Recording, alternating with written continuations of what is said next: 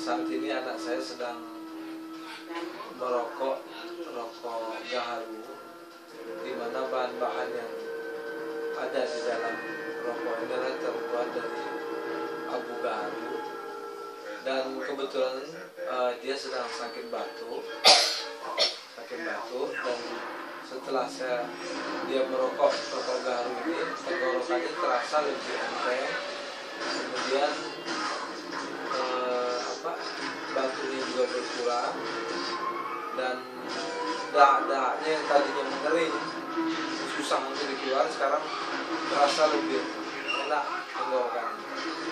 Jadi sebenarnya rokok gaharu ini sangat bermanfaat untuk kesehatan, untuk mengobati penyakit antara lain radang tenggorokan, sesak napas, kemudian susah tidur, atau orang yang stres, atau yang sarafnya memang